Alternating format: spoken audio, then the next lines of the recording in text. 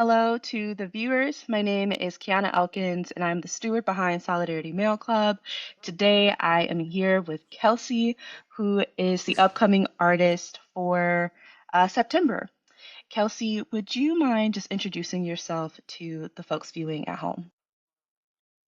Yeah. Hi, everyone. My name is Kelsey Brianne. I use she, their pronouns. I have lived in Lansing area my entire life, and I'm a multidisciplinary artist. I practice in several different mediums: fiber art, digital illustration, collaging, pen and paper, painting, charcoal drawing. I'm kind of all over the place. And one of my main mediums is digital collaging.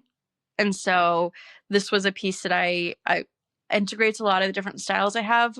A lot of my work kind of harkens back to the 90s, like I Spy core and like a lot of that. And a lot of my colors include like really bright colors and kind of like trippy graphics and stuff. And so um, when I got the theme, I was like, okay, I wanna have this be almost like I was cutting things out of like a Sears catalog book from the 90s or something where you like, cut up and like not like ransom note, but you're cutting out like individual letters. And it was really fun. It was a super fun process. And I want it to be about like joy and all these other things. I Mhm, feel like we're so bogged down right now. mhm, And I wanted this to be super fun. And so when I make art, I want to enjoy it and I want to have fun with it. And I did. And I also want to express or like give that to the person that is looking at it. mhm. So I Beautiful. try to have joy and exuberance and like fun be like a really core part of the work that I'm making. Mhm. And so this was a nice opportunity to have it be on a little more professional level where I was able to like talk to you and consult and stuff. So this was a really fun project. I'm glad that you enjoyed it. Yeah, so we have on your design, like you said, cutting out the letters to create words. And so I'm going to just read off for you the words that are here and just whatever you would like to share about like why these words, the placement, whatever you can provide for us, I think would be appreciated. So you have on here hope, delight, joy, alive, peace, believe, laugh, rest, free, kind, dream, love, breathe, play, and wonder. Yeah, I wanted these to be words behind like kind of what I was saying before of like we're so bogged down. And I think a lot of times we think that like joy and delight and whimsy and all these things are kind of like an optional thing of like that's extra. And it's important to me to like extend that or not extend that, I guess, to like integrate that into my day-to-day world. And like joy and delight are not like a treat you get every once in a while or like a at least that's not how I see it. I see it as like a vital part of my like everyday mental health. And I used to think that that was like counterproductive. And then I had to get like XYZ done that day. That means I can't have whimsy or I can't be free. It's like, no, actually, that's like required, at least in my mind for my life, required to be part of my daily routine is to, my therapist told me a couple months ago, which I'm like, yes, she's like, I want you to do things that have nothing to do with productivity. Like, I want you to live in like a fantasy world or like read fantasy or like watch YouTube that has nothing to do with like skills and leveling up or like learning more. And so I started watching The Crown on Yeah. Netflix because that has nothing to do with me. I mean, I guess there's like socioeconomic implications, right? But I'm not like British or Yeah. royalty or anything like that. Um, and also started listening to this podcast called the Basement Yard. Have you heard of that podcast? Mm-mm. It's two dudes who like grew up in New York City who are best friends who don't hate on women. Oh. Crazy concept. And like are often laughing until they're crying and are just being goofy. Yeah. And so I need that escape every day to get away from the hellscape that is living in the US in 2026. And so for me, like I need to laugh so hard every day. I need to be goofy every single day. Mm. If I'm not being goofy at least once time in the day, I'm like not okay. I Yeah. have to be silly Billy Yeah. throughout the day or else I'm just going to be real sad. So I like to joke that I'm kind of a big kid that never really grew up humor wise. Sure. Like I still think fart jokes and like those things are funny. And so I gotta be big goofy and I have to be goofier on people that are also goofy. Mm. And so far I've been able to achieve that on the daily. Yeah. But yeah, so like those things are like required.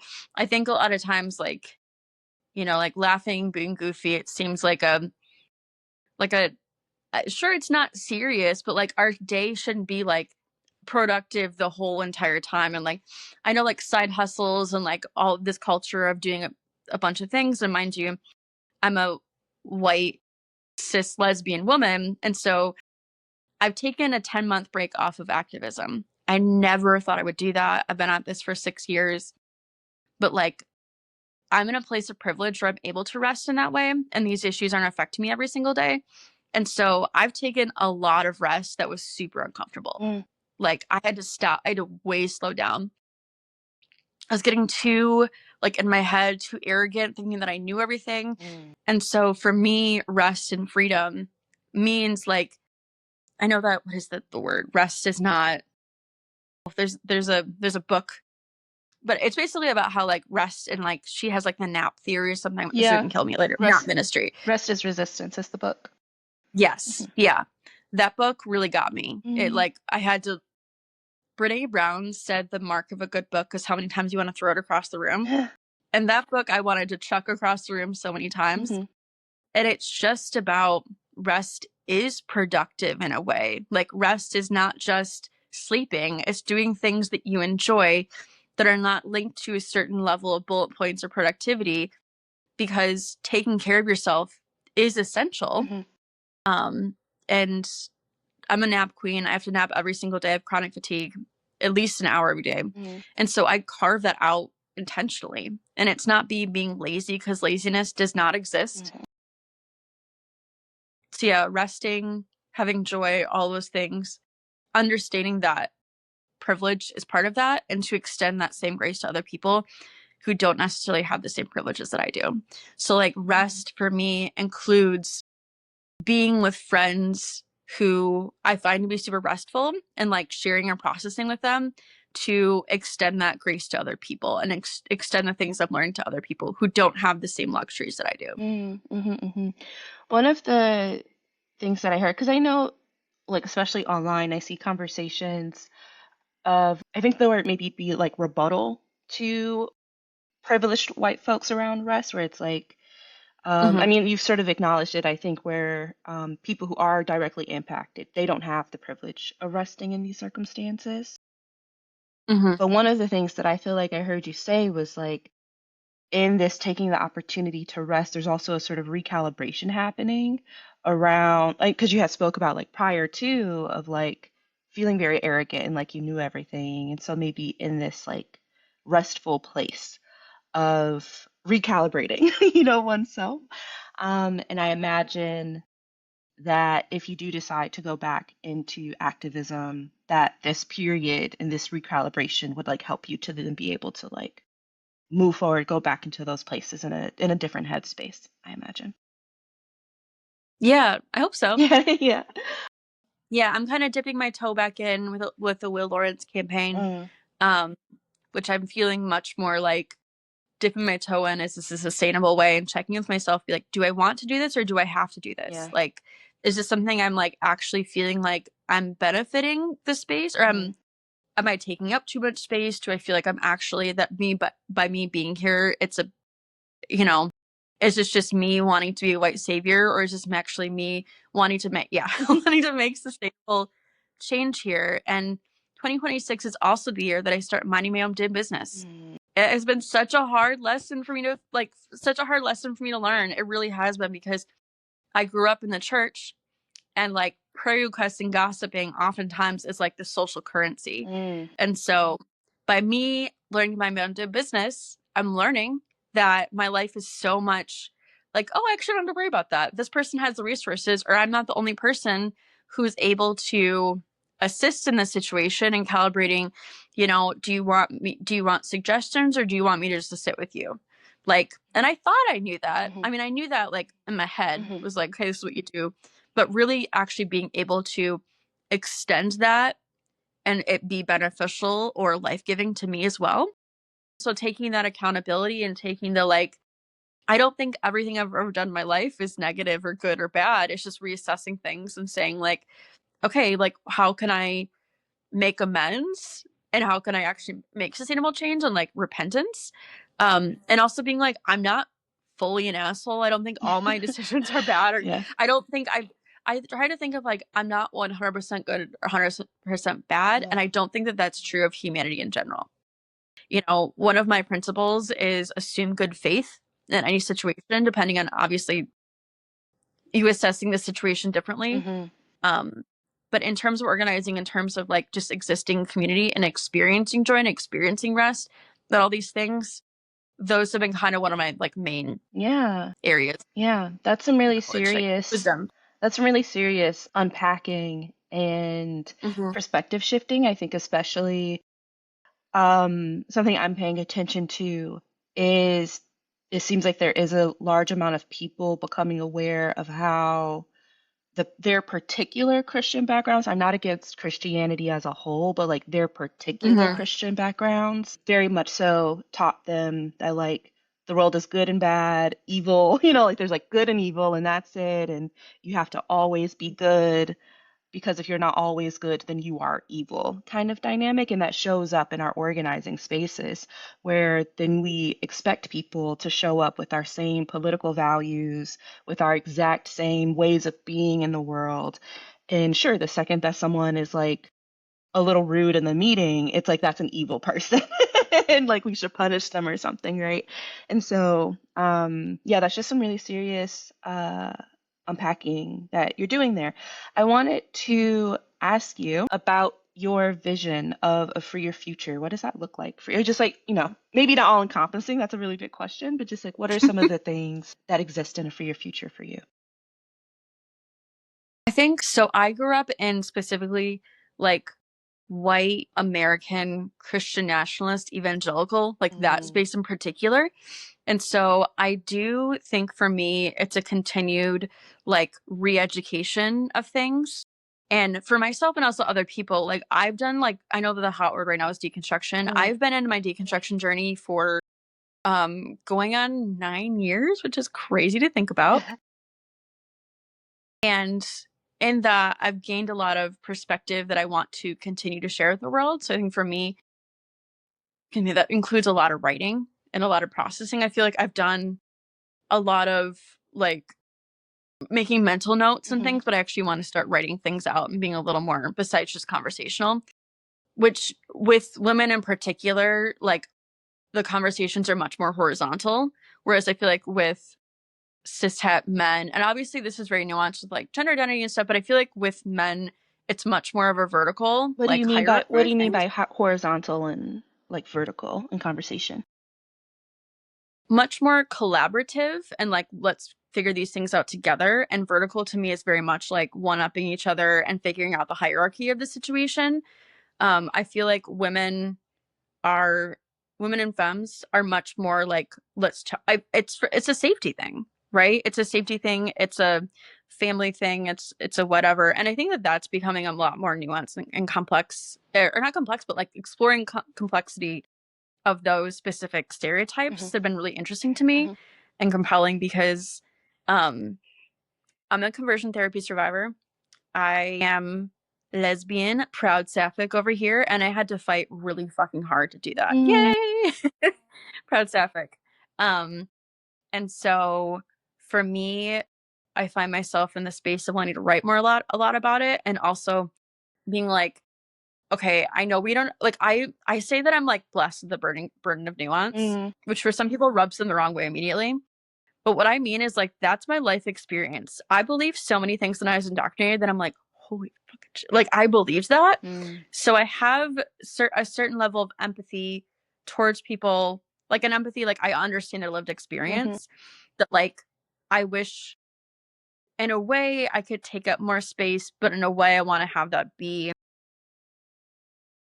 yeah, not just like boom, I'm walking in the room, but I'm trying to find a way to like fit that into my life in a much Mm, more like um planned out and concise way. absolutely. So I'm thinking about, and also for me, I have to make something with my hands every day.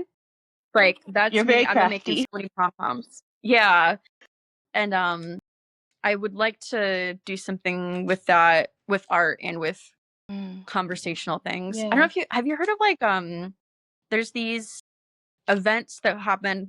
I've just seen them like internationally. I haven't seen them in the US, where it's like a phoneless thing where we sit down and do our hobbies and like play chess and read and crochet and stuff.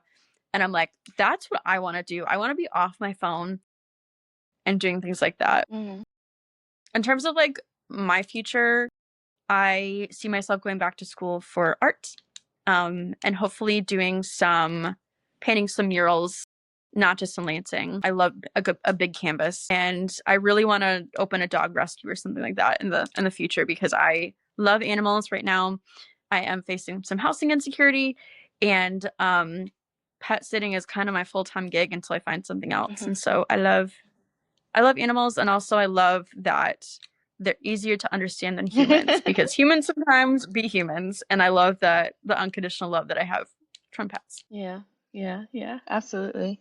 I think that everything that you said is brilliant. I really don't have any other questions for you. I'm so appreciative of this piece that you've put together for us. I'm grateful that we've had the opportunity to Mhm. talk a little bit more about it. I know that this experience of like feeling like you have to be the most productive person when you're involved in social change and like every second of your life should be devoted to effectively like trying to save another person that or yourself or another person that it leads to burnout and it runs you dry and we really do often put things like delight and joy and rest and dreaming we Mhm. put those on the back burner as things that we can get to later when we have some time and so I'm really excited for people to be getting this postcard. I'm sure that they will be putting it up on their walls as a reminder for the things that they should be prioritizing in their day to day. So thank you so much, Kelsey. Can I ask you a question? Oh, yes, absolutely. Okay, I'm flipping. Uh-huh. So in terms of joy and delight and freedom, Mhm. what are you finding sustainable in your life recently that kind of exemplifies those things for yourself? Oh my gosh, all of it. I am a very pleasure focused person. I'm someone who's driven by pleasure and desire. Mhm. If I really don't I've sort of intentionally designed my life so that I really don't have to engage in things that do not fill my cup. That doesn't mean that I don't do things that are uncomfortable or that I don't go places or I'm like, about. I was just at an East Lansing City Council meeting last night and like I didn't want to be Yeah. there and I knew that whatever I said wasn't going to like affect change.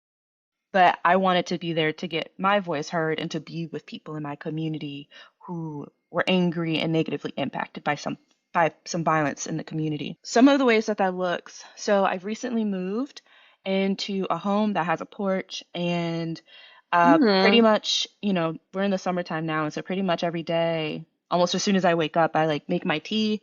I go out on my porch, I smoke a little joint with my tea, I enjoy the morning. Hell yeah. Mhm. As I go about my day, I have certain playlists that I listen to like boost my mood for the day and kind of get me going, get Mhm. me really excited for the day. Really, right now I'm spending a lot of time out on that porch, I have to be honest. It's a little bit concerning. Hell yeah. I I think I'm building like maybe not the best reputation with my neighbors. I mean, Lansing is in the top, I think 5 or 10 cities with the least amount of sunlight in the Mm, US hmm It's very because of true. like the lakes and stuff. And I'm not actually sure. Like, I Yeah. think it's Grand Rapids is also on that list. Mm, But we have to get vitamin D. yeah. We have Yeah. to. So you got to charge yourself up in one way or another. Yes, So, yep, exactly. Yep. So that's usually what that looks like. I think I have, and this is something I've been talking to with some other like world builders in our community around mhm, like sometimes I think for a lot of us, like our biggest complaint is our job, if I'm being honest, and like mhm, having to do capitalism. And so I am in a place right now where I am making active financial sacrifices in order to be able to live a life where my everyday is exactly what I want it to be. It's so full of joy and delight and pleasure and happiness and ease and rest. And I'm still able to do the movement work that I want to be doing because I guess I don't have like, a crap employer also burning me out at mhm. the same time. Real. But yeah, so that's what that looks like for me. Thank you for asking. Yeah, definitely. I always enjoy job interviews or whatever, being like, okay, what does this look like for you? Like, Mm, what do you enjoy? Like, what are you? Because like, yeah, I'm always curious about that with people. absolutely, absolutely, absolutely. Any other questions or anything that you would just like to share before we end recording? Yeah, absolutely. So my Instagram is KB underscore instead. And yeah, on Facebook, I'm Kelsey B, like the bug. I am doing pet sitting. So if you live in Lansing, hit me up, or Lansing area. But yeah, I'm very grateful for the opportunity. I do have I have a show or a sip and shop at the Avenue bar on the 25th. Come meet me in person and buy my things. I'm gonna have lots of pom pom related items and also prints of digital collaging and a whole variety of things. So yeah, come out and support and just hang out. Wonderful. I'll be sure to promote your money making endeavors in particular. Well, that is everything for us. Thank you, everybody, for watching. I hope that you learned something important about rest and happiness and delight as priorities. And I will be seeing and talking to you all next time.